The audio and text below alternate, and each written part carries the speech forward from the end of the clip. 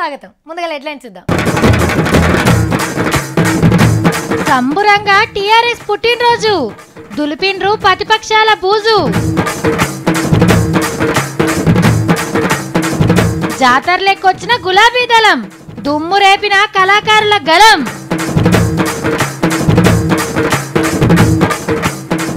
Confuse అయిన కాంగ్రెస్ కార్యకర్తలు, KCR sir కు జిందాబాదులు.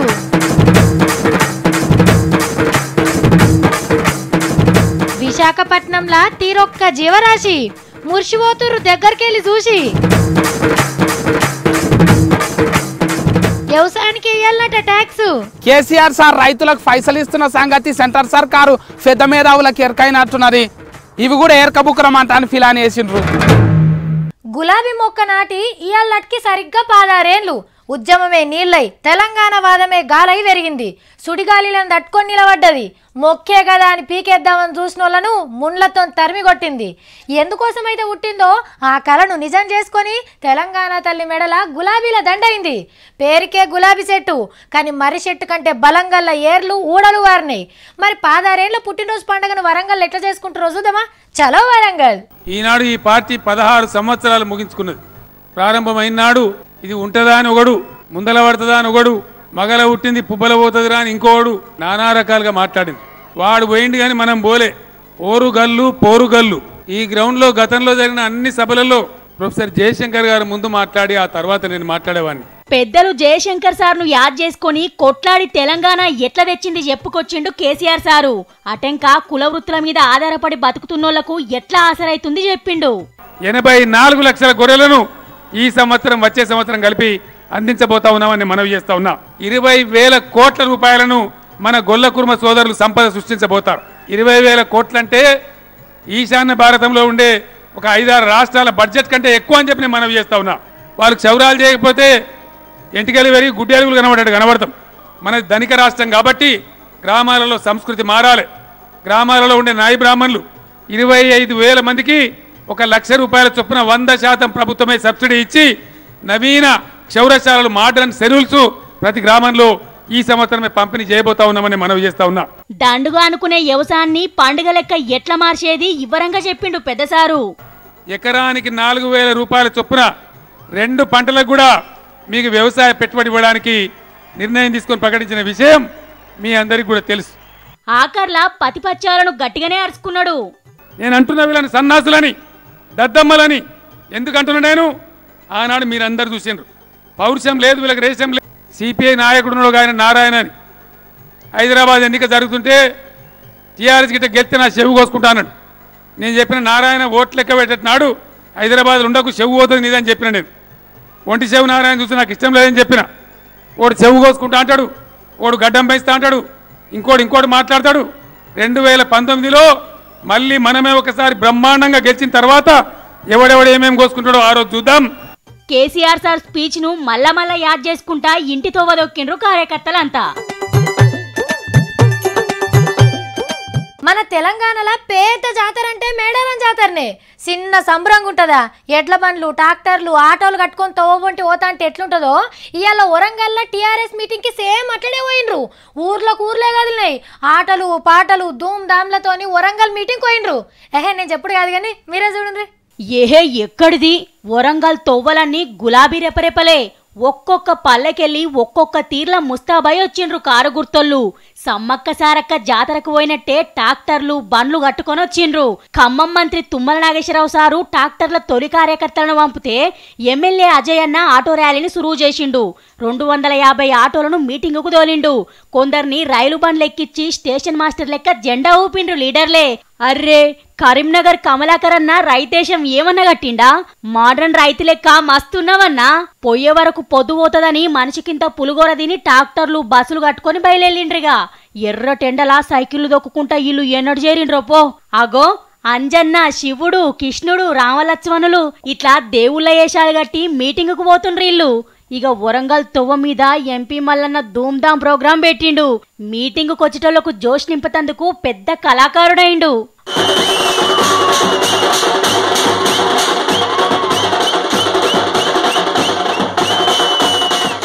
మల్కాజ్గిరి మల్లన్న ఒక్కడే కాదు, దావకాండ్ల మంత్రి లక్ష్మారెడ్డి సారు కూడా స్టెప్ వేసిండు. ఇక ఎమ్మెల్యే జీవన్ రెడ్డి అన్న ఈయన కళను ఇట్లా చూపెట్టిండు.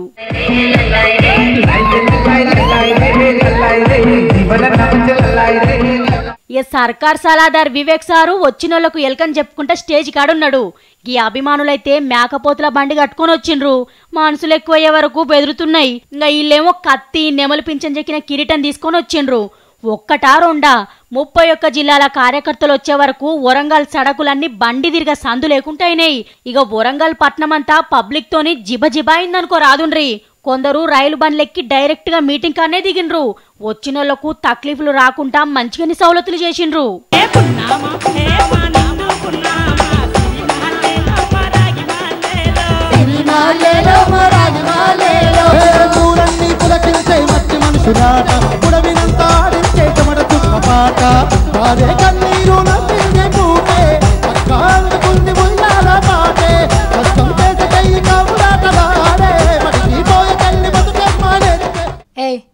ప్లీజ్ ప్లీజ్, ఇది మన ప్రోగ్రామ్.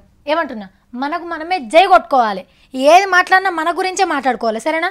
మళ్ళీ చెప్తున్నా, మనకు మనమే జై కొట్టాలి, అవతలోళ్ళకి నై కొట్టాలి. ప్లీజ్ చెప్తున్నా, అర్థమవుతుందా? మళ్ళా చెప్తున్నా, మనకు మాత్రమే జై కొట్టాలి, వాళ్ళకు నై కొట్టాలి.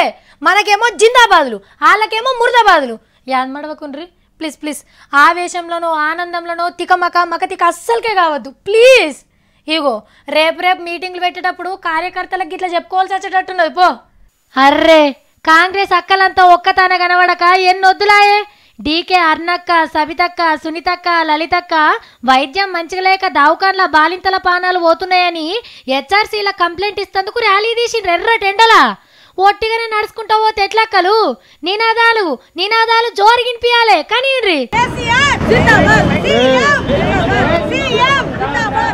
ఓ మీది కాంగ్రెస్ పార్టీ, కారు గుర్తు పార్టీ కాదు. సర్కార్కు వ్యతిరేకంగా ర్యాలీ తీసుకుంటా కేసీఆర్ సార్కి చేయగొడితే ఎట్లక్కలు? గిది మీ నినాదం. అరే, వరంగల్ సభ కోయిటోలను కాంగ్రెస్ వాళ్ళు పట్టుకొచ్చినట్టున్నారు. గా కన్ఫ్యూజ్ లా కేసీఆర్ సార్కి జిందాబాదులు కొట్టినట్టున్నారు పో. మంచిగా అయింది. కావాల్సిందే మా వాళ్ళకు, ఇట్లనే కావాలి. వద్దు అంటుంటారా? అప్పుడేమో అయ్యా, ఇప్పుడేమో కొడుకు. ఆళ్ళకాలు మంచిగానే ఉన్నారు. నడుమిట్లా మనకెందుకు లేని బదనం? ఓ ఏం జరిగినా ఎగేసుకొని ఊరుకుతిరి. చెప్పకుంటే ఫీల్ అవుతారని వాళ్ళకంటే ఎక్కువ మీరే ఫీల్ అవుతారు. మైకులు నానిపోంగా చెమటలు కక్కంగా లైవ్ రిపోర్టింగ్లు ఇస్తారు. ఇప్పుడు చూడండి ఏమంటుర్రో. అత్త మీద కోపం మెత్త మీద తీసినట్టే ఉన్నది పో. ఉత్తరప్రదేశ్ అఖిలేష్ అన్న ముచ్చట. ఎలక్షన్లా ఇలా పార్టీ ఓడిపోతందుకు మీడియానే కారణమట. మా ఇంట్లో గింతంత లొల్లైతే ఇంతింత పెద్ద బ్రేకింగ్లు తాటికాయంత అచ్చరాలతో చూపించే వరకు పబ్లిక్ మా సైకిల్ గాలి తీసేసిండ్రు అని గయ్యన్లేస్తుండు. అందరింట్లో మట్టిపోయలే, ఒక్క మామిన్న కెమెరా ఎందుకు పెట్టాలి అని గరమైండు పాత సీఎం. ఓడిపోయిన బాధలున్నట్టున్నావు. పబ్లిక్ ఓట్లేయలేదు అనలేక మీడియాలో ఓడగొట్టిరంటే ఎట్లా? చూపియకుంటూ ఊకునేందుకు మీ ఇంట్లో జరిగిందేమన్నా మామూలు డ్రామానా? ఆస్కార్ అవార్డు వచ్చే లెవెల్లో ఒక్కొక్కరు పర్ఫార్మెన్స్ లోల్కా వస్తుంది. ఉత్తమ ఫ్యామిలీ డ్రామాతోని గడియ కురికిపిస్తుంది. నువ్వో నటన, మీ నాయనో నటన, ఆటకెళ్ళి చిన్నాయన. అప్పుడే కలిసి ఉంటిరి, అప్పుడే తిట్టుకుంటిరి. సైకిల్ని నేనే దొక్కుతా నువ్వు, అది నేను ఫిట్టింగ్ చేసినా అని మీ డాడీ. ఇట్లా చిన్నగా నడిచిందా నాటకం? ఆఖరికి మళ్ళా మనం పరంపరమని ఒకటైతిరి. మీడియోళ్ళు ఇయ్యాలడిది రేపు మర్చిపోతారేమో, కానీ పబ్లిక్ అట్లా కాస్తారు. ఎప్పుడు ఎవరిని ఎట్లా అరుచుకోవాలో బగ్గేరకా. చేసుకున్నదంతా మీరు చేసుకొని నడిమిట్ల మీడియానంటే ఏమొస్తుందన్నా? ఒట్టిగానే కంటవుడు కాకుంటే. అరే చింటిగా, గుడ్ల గూప అంటే ఏంటిదిరా అని మీ పోరగాళ్ళని అడుగుండ్రి. గుడ్ల గూపనా అని కనిగుడ్లు తేలేస్తారు జవాబు తెలియక. మరి గబ్బిలం అంటే ఏందిరా? గబ్బిలమ్మా, నాకు పబ్లిక్ అని తెలుసు కానీ ఇదేంది మమ్మీ అని అంటారు. అనకొండ డైనోసార్ అన్న తెలుసారా అంటే, నాకెందుకు తెలియదమ్మా, టీవీలో చూపించే గ్రాఫిక్స్ బొమ్మలు, ఆ బొమ్మల గురించి నాకు తెలియదా అని అంటారు. అట్లా తయారైంది. మరి టీవీలో పేపర్లో చూసుడు తప్పితే అవి ఎట్లుంటాయో వాళ్ళకు కూడా తెలియదాయే. అడవులేనే సగం పోతం పెట్టినాక ఇక ఏ జీవరాశి ఎడబతుకుతాయి? గవన్నీ ఎందుకు కానీ కొన్ని జీవరాశిని చూపెడతా చూడండి. విశాఖపట్నంలా కొత్తగా ఒక జూ పార్క్ పడ్డది. తీరొక్క జీవరాశి ఉన్నది. బొమ్మలే కానీ కదులుతాయి, అరుస్తాయి, తోక జాడిస్తాయి, మీద కురికొస్తాయి. అగ చూడుండ్రి ఖడ్గమృగం. కొమ్మెంత కొచ్చగున్నదో. హే ఒంటె ఒగిలిస్తుంది. కొమ్ముల జింక ఏ ఏనుగు ఏనుగు కళ్ళు మిట్కరిస్తుంది. తొండంతో దీవనార్తలు పెట్టినట్టే అనిపిస్తుంది కదా. గిదేంది? ఆవు పక్క పొంటి లాగున్నది. దూపైతున్నట్టుంది. నీ నీళ్ళు పెట్టుండ్రన్న అంబా అంటుంది.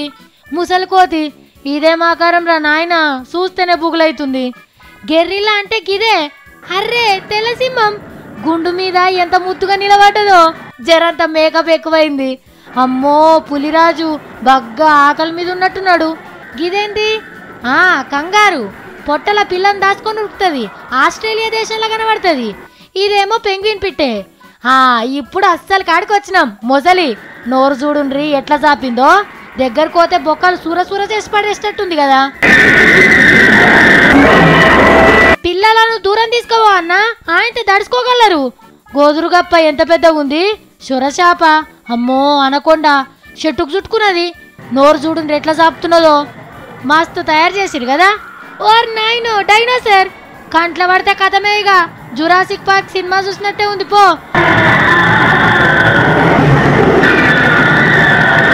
ముద్దుగా వీడియోలు తీసుకుంటుర్రు. నీటి గుర్రాన్ని చూడుండ్రి ఎట్లా నోరు చాపిందో. లటుక్కున మింగటట్టే ఉన్నది కదా.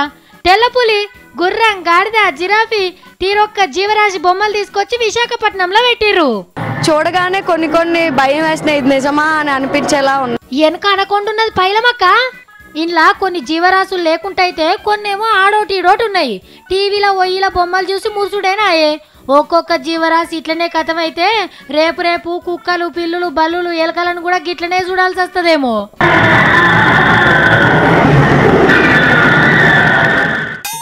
హలో నాయన, ఏం చేస్తున్నావు? చెరువు కట్ట మీద కూర్చున్నావు. కట్ట మీద కూర్చొని చెల్లరున్న బలర కొమ్ములకు బేరం పెడుతున్నావా? గనం కాకుంటే ఏంటి మళ్ళా? వ్యవసాయం ఎంత తిప్పలవుతున్నారు? చంద్రమోహన్ సౌకార్తానికి పోయి చేతి బదులు లేఫు అఫ్ఫు. ఇవ్వో నాయనకు ఫోన్ చేసి గంత గరం మీద మాట్లాడుతుండీడు. ఒరే సత్తి ఏమైందిరా?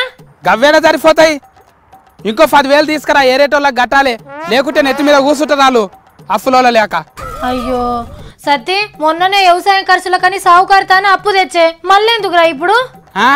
నాయన నాగలు కొట్టేటప్పుడు గోసి ఊసిపోతున్నదంట కాళ్ళ దట్టి. అందుకే జిమ్ ఫైంట్ ఒకటి శర్వాన్ని ఇప్పిస్తామంట అని అడుగుతున్నా పైసలు. నిన్ను కాదు నాయన, రీతం తప్పిన మొక్కం దక్కలేరా? హెచ్చరిక మాటలు. ఏమైందో చెప్పు ముందుగాల. ఏం చెప్పాలి? చెప్తే ఎల్లమ్మ కథ అంతా, తీస్తే సిరితల రామాయణం అంత సినిమా అవుతుంది. నీకు చెప్తే తెప్పలేకుండా అనవాడటే ఉంటది. కాసత్తి ఈసారి ఆనలు కూడా మంచిగానే కురుస్తాయట కదరా. వాతావరణ శాఖల్లో చెప్పారు కుద్దు. ఆనలు కొట్టి అలిగేళ్తే ఏంటి, ఫుట్ల కమానం పంట వంట ఏంటిది? ఆఖరికి వస్తే రైతు బతుకు ఎట్లా పచ్చి పులుసు విసికినట్టే. మొన్ననే రైతేశం కట్టి పాటలు పాడుకుంటే నేను ఊరుకోతా ఉరుకులాడుతీవి కదరా. మళ్ళేమా ఇప్పుడు? ఇంకా నేనేడుకోతా, నీతానే ఉంటా కొలువు చేసుకుంటా. ఇంటికి ఒక రైతును కానీ కంటికి ఫుట్టెడ్ ఏడుస్తున్నారు. చాలదా? ఇంకా నేను పోయి ఏడుతున్నా. ఎందుకురా? కేసీఆర్ సార్ 2 పంటలకు ఎరువులకు పైసలు కూడా ఇస్తా అనే వచ్చే ఏడుసంది ఇస్తా అన్నాడు కదా. మళ్ళీ ఎందుకు గంతగానే తిప్పలు పడతాను? కేసీఆర్ సార్ రైతులకు పైసలు ఇస్తున్న సంగతి సెంటర్ సర్కారు పెద్ద మేధావులకు ఎరకైనట్టున్నది. ఇవి కూడా ఏరకబుక్కరం అంట అని ఫిలాన్ వేసిండ్రు. మూకో సెంటర్ సర్కార్ రైతులు రాజు చేయాలని ఎంత తిప్పల పడుతుంది. అయినా కేసీఆర్ సార్ ఇచ్చే పైసలు సెంటర్ సర్కార్ ఎందుకు తీసుకుంటుందిరా? పక్కింటి వాళ్ళు కలిస్తే చాలు ఫకాతాలతో ముచ్చట్లు పెడతామా, నెత్తిల ఫేన్లు చూతామా, ఇవే ముచ్చట్లుగా మంది శుద్ధులు. అరే రైతులకు వ్యవసాయం తిప్పలు ఏమున్నారు అంట అని అరుచుకుంటా విన్నాడానా? అత్త మీద కోపం దుత్త మీద తీసినట్టు నన్ను అంటున్నావేంద్రా? రైతులు మిర్చికి రేట్ లేదని తలగబెడుతురు, దాని గురించా?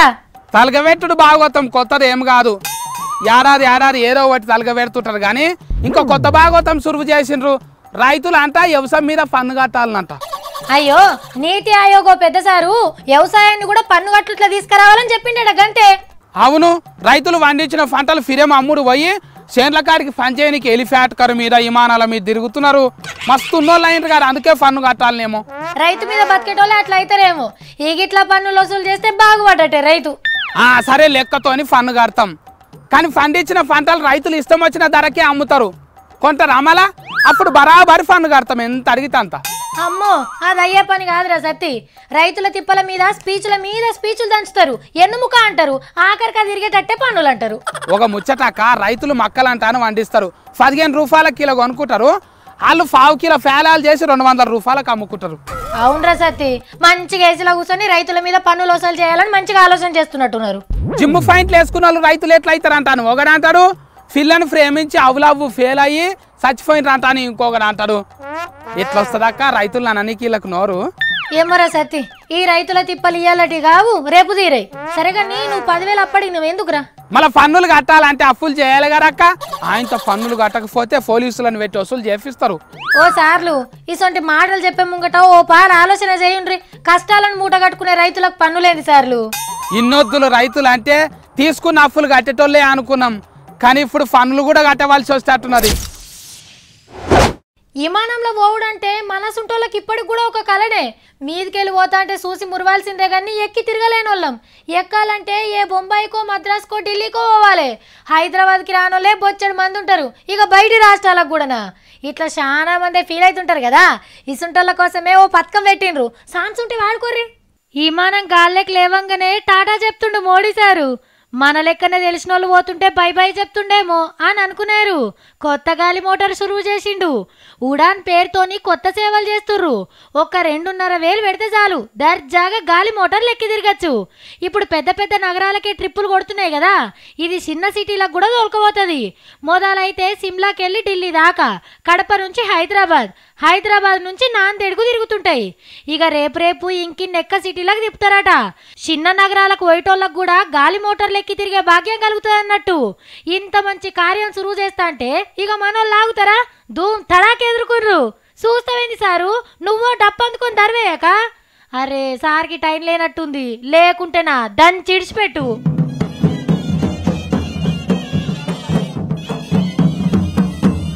నల్ల కోసం గింతంత బొక్క తోడాలంటేనే అబ్బా కాళ్ళు చేతులు గుంజబట్టే, చేతులు నొస్తున్నాయి అని అంటారు. ఏ పో జేసీబీ తీసుకొస్తే 10 నిమిషాలలో కథం చేస్తుంది, పట్టుకరా పో అని అంటారు. మరి ఇప్పుడు మనం వార్తలో చూడబోయేది మనసులే దొవ్వితే మాత్రం వాళ్ళని తారీఫ్ చేయాల్సిందే.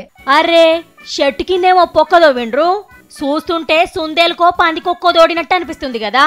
కానీ లోపట చూడుండ్రి పెద్ద బొయ్యరం 80 అడుగుల పొడుగు దోవిండ్రు. పశ్చిమ బెంగాల్ బార్డర్లా మన జవాన్లు గస్తీ గాస్తుంటే బయటపడ్డది ఈ సొరంగం. దేశంలకు దొంగతనంగా జొర్రబడతందుకు ఉగ్రవాదులకి ఇట్లా దోవిండ్రేమో అనుకునేరు ఆయంత. ఆవుల దొంగల పనిగిది. ఈ సొరంగంలోకి వెళ్లే మందరు బయటికి కొట్టుకుపోతుండ్రట. ఇండ్లకు దిగి జరంత దూరం పోయి మళ్ళా మీదికి ఎక్కితే నేపాల్ దేశంలో పాదం మోపినట్టే. ఇక ఏం పిలానేసిండ్రు పో. ఈ ముచ్చట ఇట్లున్నదా?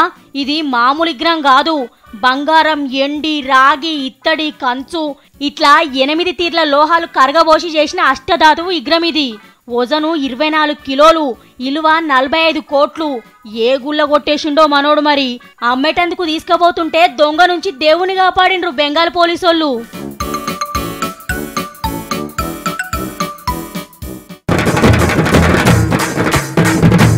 సంబురంగా టీఆర్ఎస్ పుట్టినరోజు దులిపిండ్రు ప్రతిపక్షాల బూజు.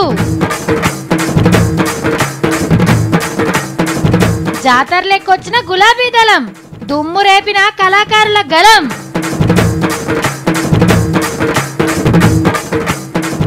కన్ఫ్యూజ్ అయిన కాంగ్రెస్ కార్యకర్తలు కేసీఆర్ సార్ కు జిందాబాదులు.